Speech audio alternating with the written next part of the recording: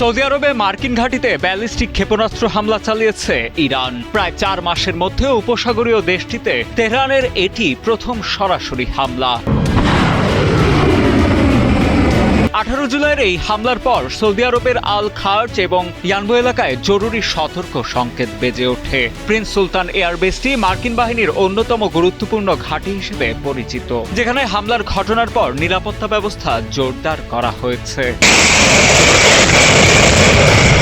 সাম্প্রতিক সময়গুলোতে মধ্যপ্রাচ্যে ইরান ও যুক্তরাষ্ট্রের মধ্যে চলমান সংঘাত নতুন করে উত্তপ্ত হয়ে উঠেছে।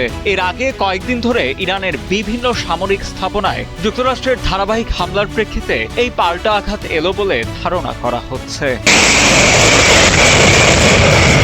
সৌদি আরব এবং মার্কিন যুক্তরাষ্ট্রের পক্ষ থেকে এখনো পর্যন্ত হামলার ক্ষয়ক্ষতির সুনির্দিষ্ট কোনো তথ্য প্রকাশ করা হয়নি। তবে এই হামলা অঞ্চলটিতে ভূরাজনৈতিক অস্থিরতা এবং সামরিক উত্তেজনার পারদ আরও বাড়িয়ে দিয়েছে বলে মনে করছেন সমর বিশ্লেষকেরা। ডেস্ক রিপোর্ট, সময়ের আলো।